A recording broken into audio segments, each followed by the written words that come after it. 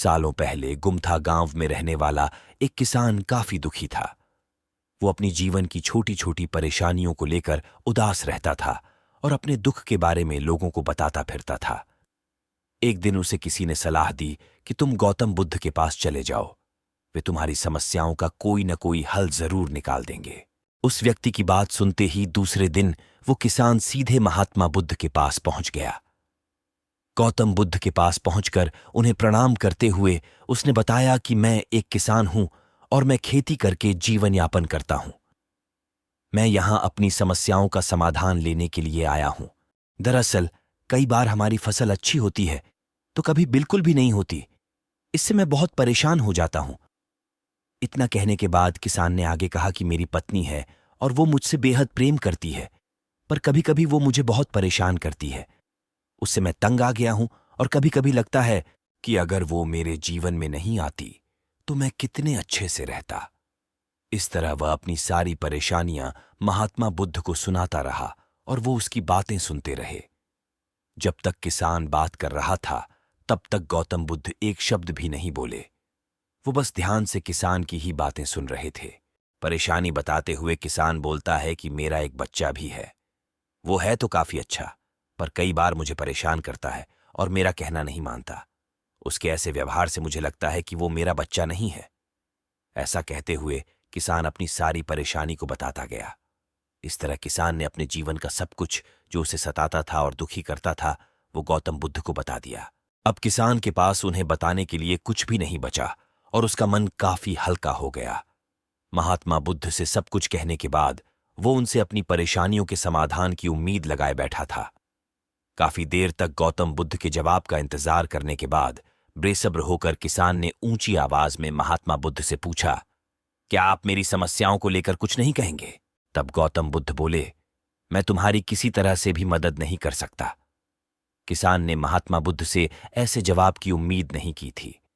वो उनका जवाब सुनकर हैरान हो गया। उसे अपने कानों पर भरोसा नहीं हो रहा था। उसने भगवान बुद्ध से पूछा कि ये आप क्या बोल रहे हैं? क्या आप मेरी समस्याओं का समाधान नहीं कर सकते? मैंने सुना है कि आप सभी की समस्याओं का समाधान करते हैं, तो मेरी समस्याओं का क्यों नहीं करेंगे? महात्मा बुद्ध इस बात पर किसान से कहते हैं कि आपके जीवन में जितनी कठिनाइयां हैं उतनी हर किसी के जीवन में होती है और सबको अपनी छोटी समस्याएं भी बेडैड ही लगती हैं। आपके जीवन में कोई ऐसी समस्या नहीं है जो दूसरों को न हो। हम चाहें जितनी भी कोशिश कर लें, लेकिन हमारे जीवन में सुख और दुख दोनों आएंगे ही आएंगे। कई बार हमारे अपने हमें बेगाने लगने लगते हैं तो कई बारी बेगाने हमें अपने लगने लगते हैं। सभी का जीवन ऐसी समस्याओं से घिरा हुआ है जिसका कोई समाधान नहीं है। अगर किसी के जीवन से एक समस्या जाती है तो दूसरी समस्या आ जाती है। ऐसे में तुम एक समस्या का आज समाधान कर लोगे तो तुम्हें कल दूसरी समस्या का सामना करना पड़ेगा। यही जीवन का एक अटल सत्य है। बुद्ध की बातें सुनकर किसान को गुस्सा आ जाता है और वो उन्हें बोलता है कि लोग आपको महात्मा कहते हैं। मैंने लोगों से ये भी सुना है कि आप सबकी परेशानी दूर करते हैं, पर मेरी समस्या का निवारण करने के बजाय आप मुझे फिजूल की बातें बता रहे हैं।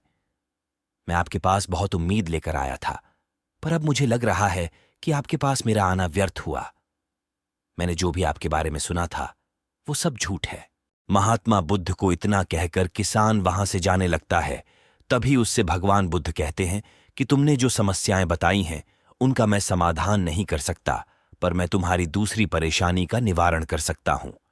बुद्ध की बातें सुनकर किसान हैरान हो गया और बुद्ध से कहता है कि मैंने जो समस्या बताई उसके अलावा मुझे कोई और समस्या नहीं है, और है भी तो मुझे उसका ज्ञान क्यों नहीं है? बुद्ध उनसे कहते हैं कि आपकी समस्या यह है कि आप नहीं चाहते हैं कि आपके जीवन में किसी तरह की समस्या हो। खुद को किसी तरह की समस्या न हो, ये सोच रखना ही दूसरी समस्याओं का कारण बनता है।